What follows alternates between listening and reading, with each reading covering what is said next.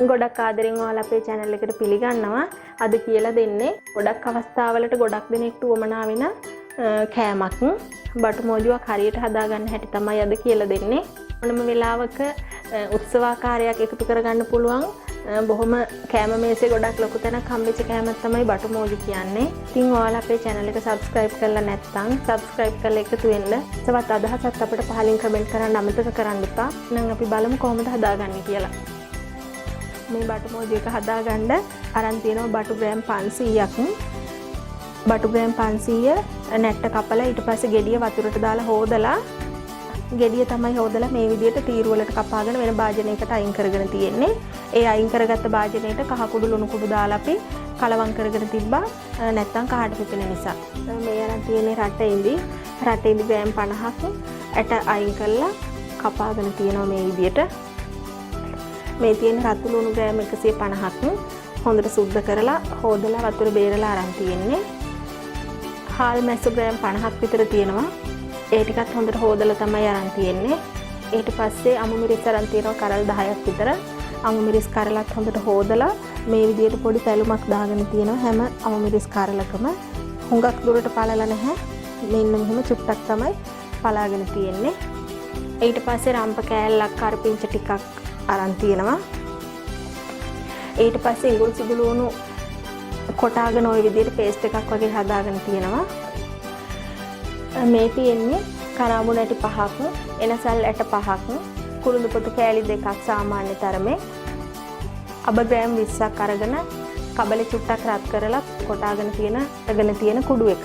ඊට අමතරව අපට ඕන වෙනවා කහ කුඩු, මිරිස් කුඩු, ගම් මිරිස් කුඩු, ලුණු, විනාගිරි මේස හැඳි 3ක් 4ක් විතර වමනා වෙනවා.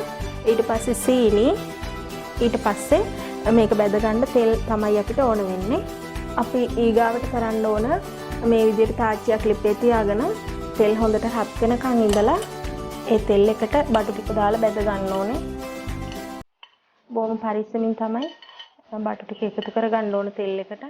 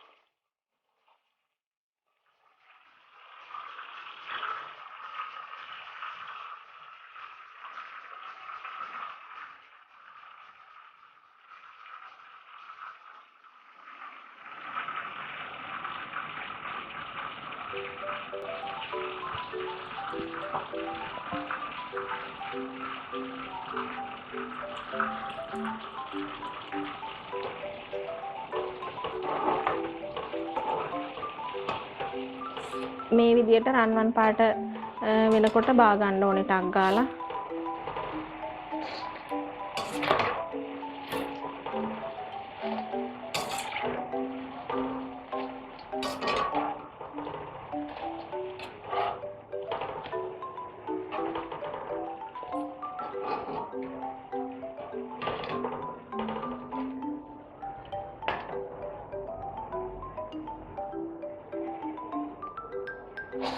බටු ටික බැදලා ඉවරනාට පස්සේ අපි අමු මිරිස් ටික දා ගන්න ඕනේ.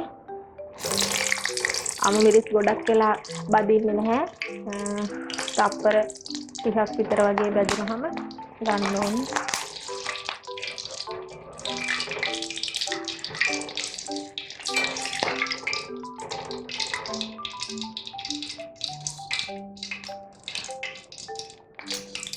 ඊට පස්සේ අපි ලුණු ටික බැද ගන්න ඕනේ.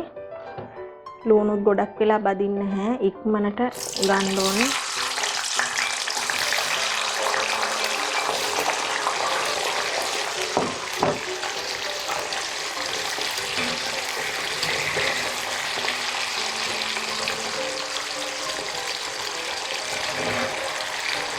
මේවා තප්පර 30ක වගේ ප්‍රමාණයක් බැදුනහම ඇති ගොඩක් බැදුනහම රස අඩු වෙනවා බටු මොජු එකේ.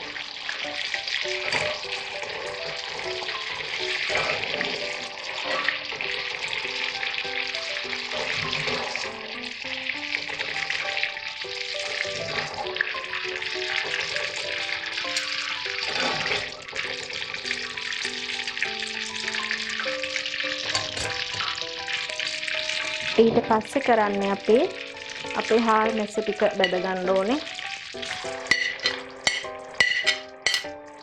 මම ගොඩක් පොඩි හාල් මැස්ස තමයි අරන් තියෙන්නේ.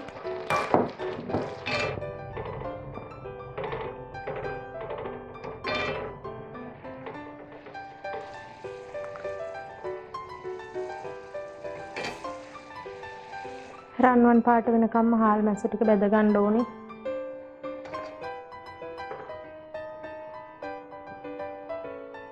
මේ විදිහට බෙදුනහම අපි හාල් මැස්ස එකත් දෙකෙන් දාගමු.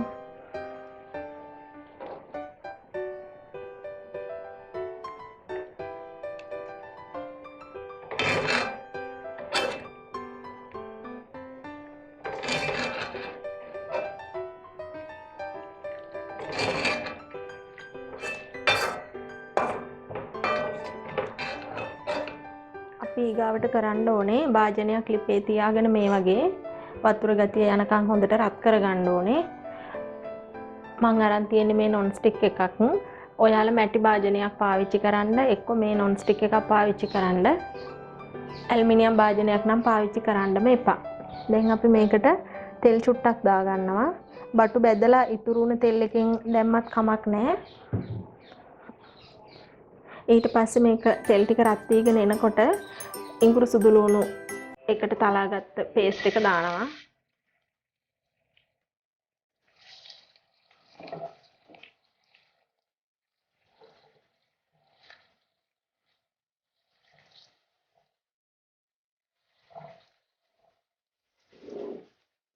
ඊට පස්සේ කරපිංච රම්ප ටික දානවා.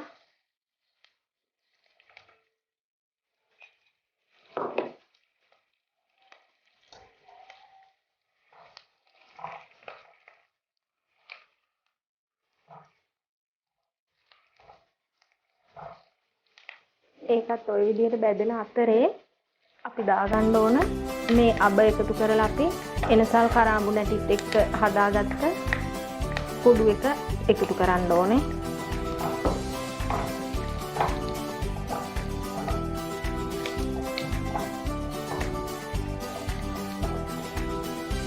ওই විදිහට ඒ අතරතුරේ අපි මිරිස් කුඩු ටිකක් මම හැන්දක් එකතු කරනවා මිරිස් කුඩු. ඊට පස්සේ ගම් මිරිස් කුඩු මම ගම් මිරිස් කුඩු හැන්දක් එකතු කරනවා. ඊට පස්සේ කහ කුඩු චුට්ටක් හැඳි කාලක් විතර එකතු කරනවා. ඊට පස්සේ ඒකත් මේ විදිහට කලවම් කරලා විනාකිරි ටික දාගන්න ඕනේ. පස්සේ අපි විනාකිරි ටික දාගන්නවා.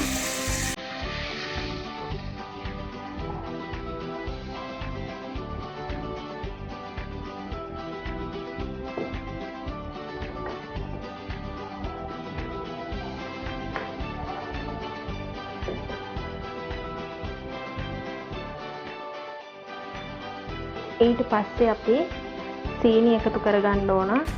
මම සීනි මේ විදිහට සීනි පුරවලා මේස හැන්දකට ටිකක් අඩුවෙන් දාගත්තා.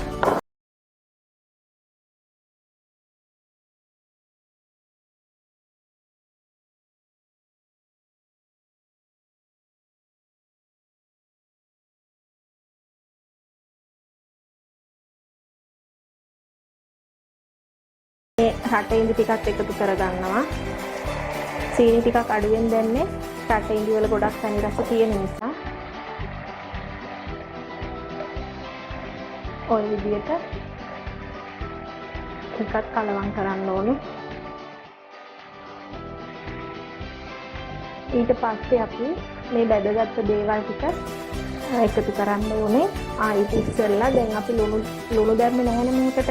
ඒ වුණාට අපි බටු බදිනකොට ලුණු එකතු කරලා තමයි බටු බැද්දේ. ඒ නිසා බටු කෑලි වල හොඳට ලුණු රස තියෙනවා.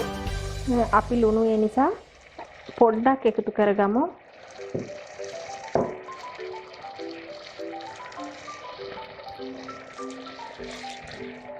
එකත් මේ විදිහට කලවම් කරනවා. ඊට පස්සේ අපි බටු ටික එකතු කරනවා. හාල් මැස්ස ටික මිරිස් ටිකක් එකතු කරගන්නවා.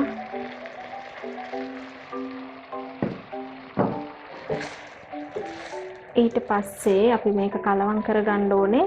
පරිස්සමින් කලවම් කරගන්න ඕනේ.